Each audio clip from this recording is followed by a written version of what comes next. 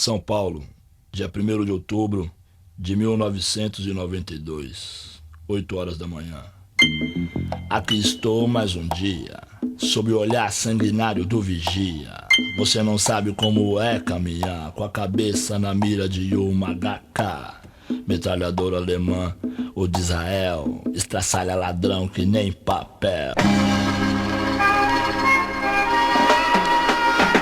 Em dezembro de 1997, parecia que o ano já tinha dado tudo o que tinha para dar. Naquelas alturas, o primeiro Harry Potter já havia sido traduzido para o português, o Tchan já tinha alcançado seu auge, Fernando Henrique Cardoso governava o país, o real era uma moeda forte e Bill Clinton tinha iniciado seu segundo mandato. Aquele ano já parecia liquidado, mas não. Foi no 20º dia daquele último mês de 1997 que o Brasil conheceu, sobrevivendo no inferno.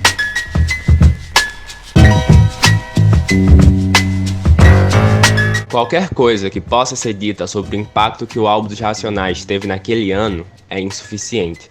Tenta compreender a dimensão disso. Até aquele momento, o rap nacional se fortalecia na favela, naquela mesma favela invisível na qual ele cantava. Até aquele momento, o rap servia como exercício de autoanálise. A periferia se via e se entendia no rap, mas era só isso aí mesmo. Aí veio Sobrevivendo no Inferno, bem no finalzinho de 1997. Naqueles últimos dias do ano, já dava para perceber que as 12 faixas do álbum iriam obrigar o país a passar muito tempo contemplando as tragédias da periferia e também do sistema carcerário.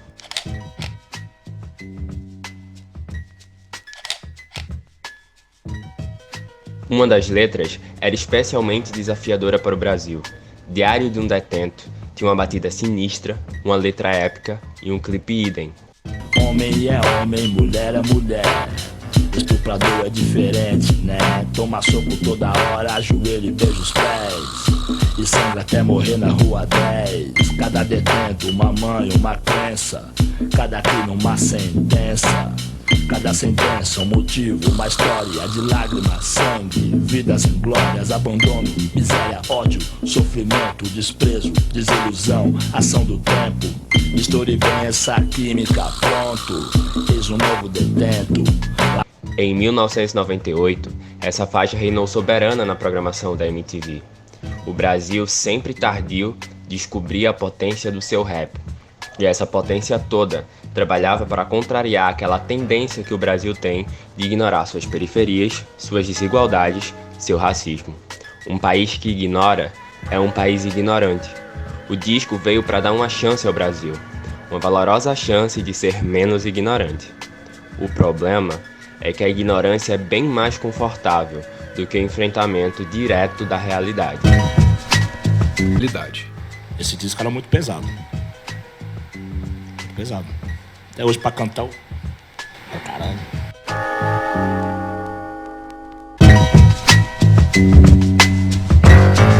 Sobrevivendo no Inferno tem um peso histórico, o peso cultural e o peso contextual.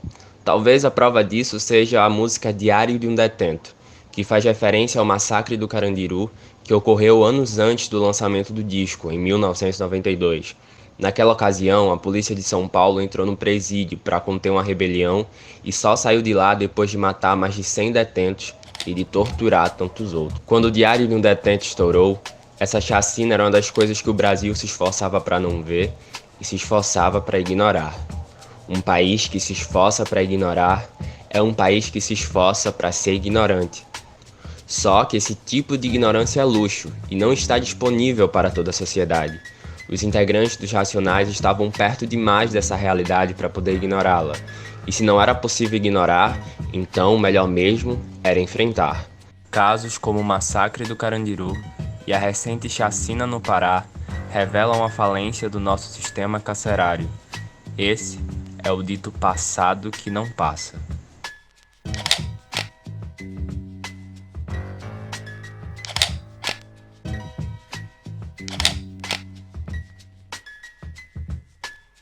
A música Diário de um Detento é inspirada nos escritos de Jocenir, um encarcerado por receptação de carga roubada, e que relatava, em forma de versos, as condições desumanas às quais os detentos eram submetidos. Jocenir, como bem se percebe, é um homem de verdade. Ele conhece a realidade na qual escreve, assim como Mano Brown. E essa intimidade com o inferno que dá o nome ao álbum tem um valor histórico. As palavras de Jocenir e Mano Brown exercem um grande peso para a historiografia, pois seus discursos estão dotados de lugar social. Um conceito do historiador francês Michel de Certeau, usado para designar o lugar de onde se fala e os interesses pelo qual se fala. Como avisa o sociólogo Mário Medeiros, se dependesse das ditas fontes oficiais, o massacre do Carandiru estaria completamente esquecido. O prédio do Carandiru não existe mais, a presença física do Carandiru na cidade de São Paulo não existe mais. Muitas daquelas pessoas que, enfim, estavam presas ali já morreram, não estão mais lá, policiais não estão mais lá, e mesmo os agentes da cena política, governadores, secretário de segurança, comandante da operação, etc., ou faleceram ou não estão mais ocupando esses cargos. Bom, graças ao Diário de um Detento, à letra e ao livro de memórias do Jocenir, não se pode esquecer o que foi o massacre do Carandiru. Utilizar e entender um álbum de rap como fonte histórica seria um absurdo para alguns historiadores do século XIX. Mas hoje isso é diferente, graças ao debate iniciado por Mark Bloch e a Escola dos Análises. Segundo Bloch, as fontes históricas não se limitam aos chamados documentos oficiais, como registros, batistérios, ordens judiciais ou documentos diplomáticos. Para Bloch, toda a produção humana, independente de sua esfera, são resquícios humanos da história. Considerando que a história é o estudo das ações do homem no tempo, as fotografias, propagandas, roupas e músicas devem ser consideradas como fontes históricas. E o álbum Sobrevivendo no Inferno é o mais genuíno exemplo de registro histórico de um passado que o Brasil se esforça para esquecer. O disco dos Racionais MCs é um grande documento histórico, porque revela muito mais do que só o descaso com a população carcerária e a violência policial nas periferias. O álbum revela também aspectos da realidade sociocultural das comunidades periféricas, como a religiosidade. Segundo o doutor Acauã Silvério de Oliveira, a estrutura do álbum é inspirada em um culto protestante. Ele escreve: "O Sobrevivendo no Inferno é organizado e pensado como uma espécie de culto. Tem a introdução com os cânticos de louvor, a leitura da Gênesis, a apresentação do pastor e os relatos de testemunhos. Depois vem um grande relato, a doação do diabo e, no fim, um processo de reflexão. O que nos resta entender é o motivo pelo qual esse álbum simula uma situação de culto, de liturgia, e a resposta tem a ver com o contexto do lançamento do álbum e sua relação com a vida na periferia. Porque naquele momento dos anos 90 você tem um crescimento vertiginoso, real e concreto das igrejas neopentecostais. E evidentemente a periferia em peso e os negros estavam adentrando nessas religiões. Tal. Então, como o Racionais está tentando dar conta daquela realidade, ele vai pensar um modelo de discurso que consiga mesclar as duas coisas. O disco simboliza uma ruptura no cenário cultural. Antes do lançamento do álbum, a cultura brasileira celebrava a integração e a conciliação. O Brasil celebrou uma identidade racial mestiça e harmônica que talvez nunca tenha existido. Samba, bossa e MPB se pautaram pelo princípio do encontro, da mediação cultural. Com Sobrevivendo no Inferno, o Brasil conheceu um rap que não estava a fim de mediar nada. Aqui não tem proposta nenhuma de conciliação entre as favelas e quem quer um genocídio dentro delas.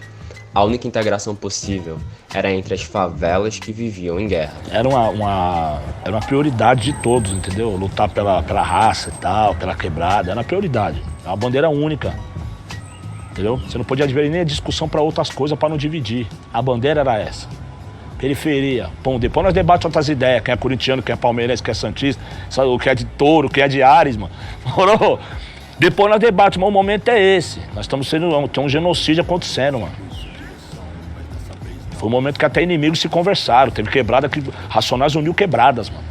Uniu bairros que não se conversavam, que tinha guerra. Através do show do Racionais, os caras se uniu, indo até junto comigo.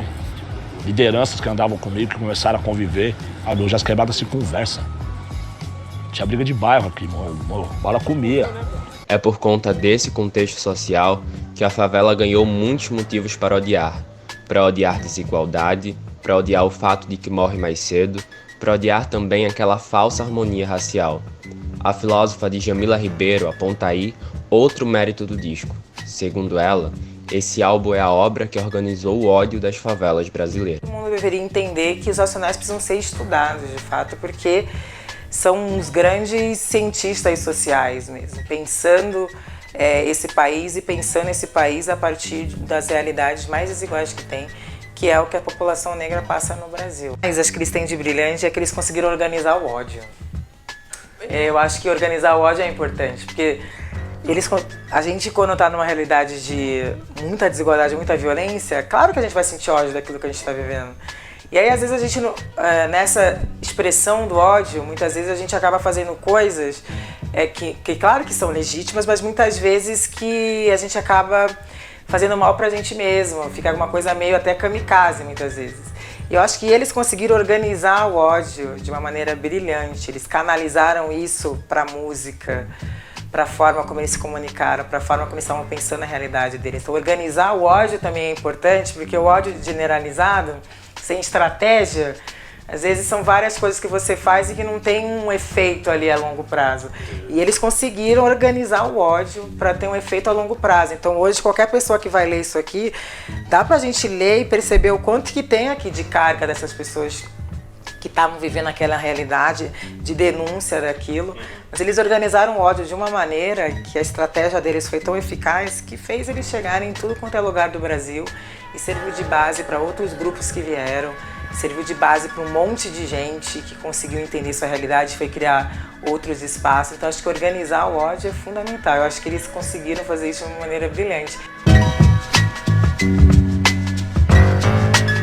Tem pessoa que fala pra mim que eu sou um cara muito antiquado, tá ligado? Eu sou muito ligado ao passado, às coisas do passado. Então tudo que eu faço, eu penso no passado primeiro. Então a época de 78, 79 pra mim, até 85 foi muito especial, moro? Daí pra frente, minha vida transformou. Mas essa época eu não vou esquecer nunca. A época da função, a época das pizzas, moro?